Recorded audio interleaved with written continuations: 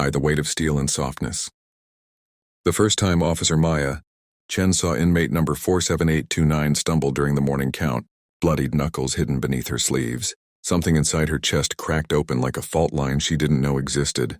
The woman's name was Sienna Rodriguez, and she had been surviving behind these concrete walls for 3 years on a 10-year sentence for a crime Maya would later learn she committed to protect her younger sister from an abusive boyfriend.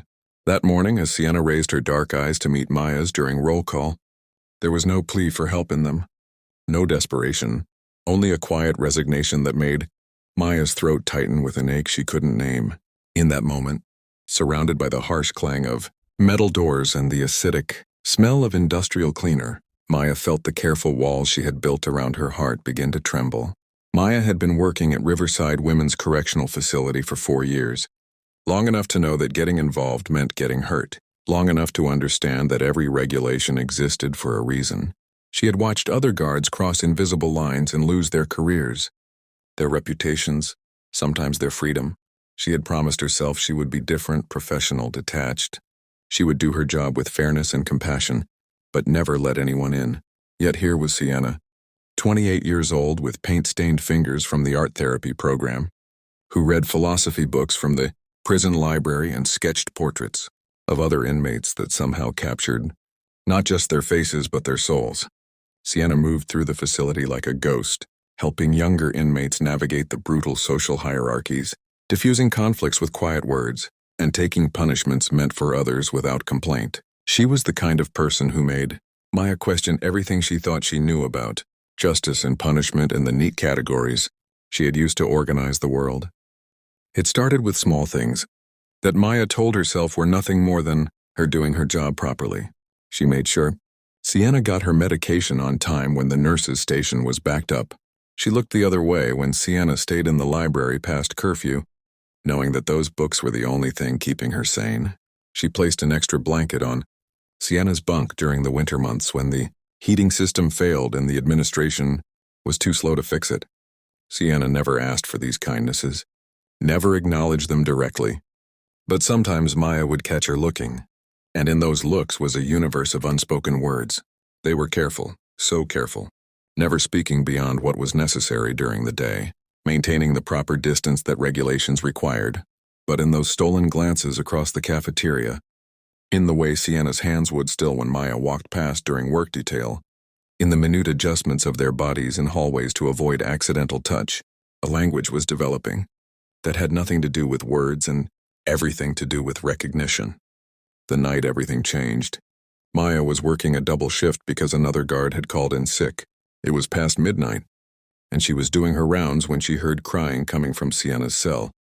The sound was muffled, desperate, the kind of crying someone does when they have held everything inside for too long and their body simply cannot contain it anymore. Maya knew she should keep walking, knew that stopping would cross a line she could never uncross, but her feet carried her forward anyway. Through the small window in the cell door, she could see Sienna curled on her bunk, shoulders shaking, a letter crumpled in her hand. Maya learned later that it was from her sister, the one she had sacrificed everything to protect, announcing that she was getting married and couldn't have a convicted felon at her wedding. Sienna had lost her family, her freedom, her future, all to save someone who now couldn't even look at her without shame. Maya opened the cell door, and in that action, she broke every rule she had ever sworn to uphold. She sat on the edge of Sienna's bunk, and for the first time in 3 years of incarceration, someone held Sienna while she cried. There were no words because words would have been inadequate, would have been lies. Maya simply held her, feeling the weight of all that suffering, all that unfairness, all that loneliness pouring out in hot tears against her uniform. When Sienna finally looked up, her face wet and vulnerable in the dim cell light, they stared at each other with an honesty that was terrifying. Maya whispered that she was sorry for everything, sorry for a justice system that didn't see people like Sienna, sorry for a world that punished survival and called it crime. Sienna reached up and touched Maya's face with trembling fingers, and in that touch was a question, and an answer, and a recognition that they had both been alone for too long. The next months were a study in impossible restraint and desperate stealing of moments. They could not be together, not really. Not in any way that the world would understand or accept. Maya was risking her career, her reputation, potentially her freedom. Sienna was risking additional charges, solitary confinement, transfer to a maximum security facility. Yet they could not stop. During the day they maintained their roles with an almost painful precision. Maya was Officer Chen, professional and distant. Sienna was inmate 47829, compliant and invisible. But in the evening hours, when Maya volunteered for night shifts that no one else wanted, they found ways to exist in the same space. Maya would linger during cell checks, and they would talk in urgent whispers about everything. Sienna's childhood in San Diego. Maya's difficult relationship with her traditional Chinese parents who had never understood her.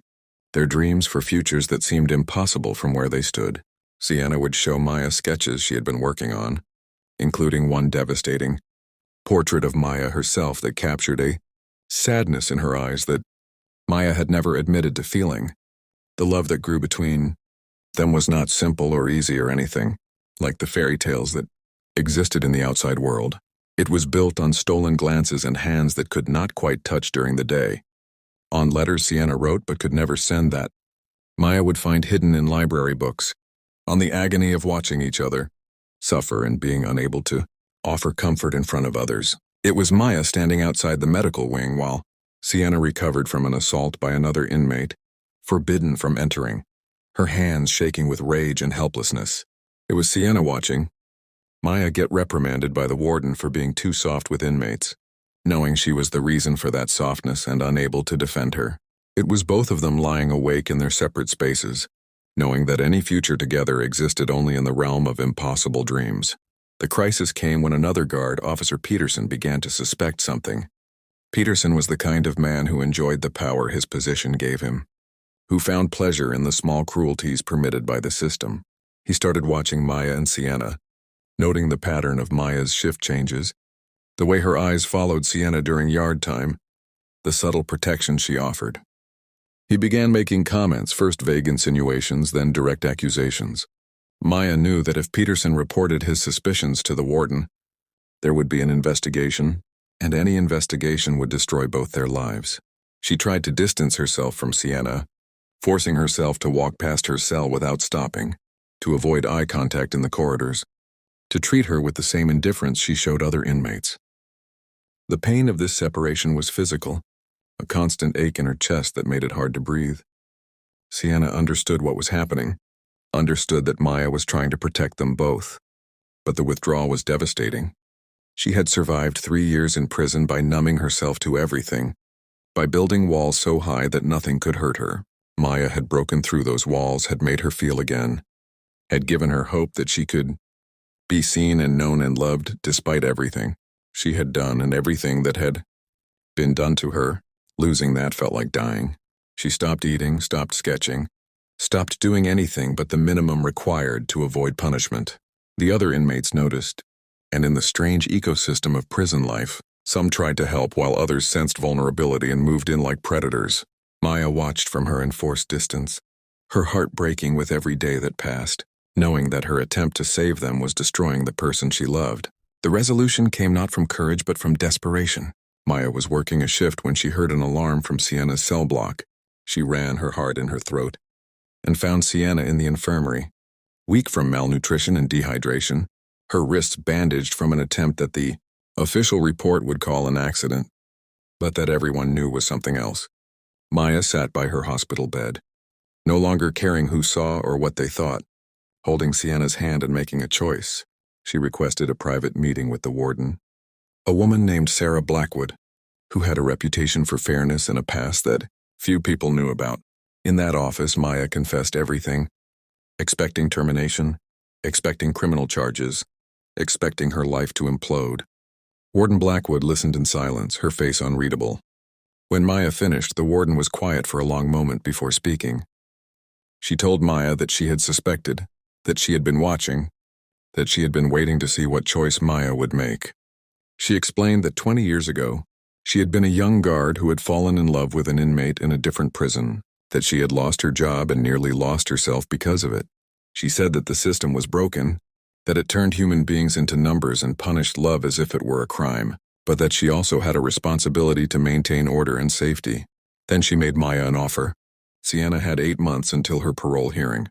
If Maya could maintain complete professionalism, no contact beyond what was required by her duties, for those 8 months Warden Blackwood would not file a report. More than that, she would personally advocate for Sienna's parole, emphasizing her model behavior and rehabilitation. But if there was any violation during those 8 months, she would have no choice but to pursue charges against them both. The 8 months that followed were the longest of Maya's life. She and Sienna agreed to the terms, knowing it was their only chance, but the separation was excruciating.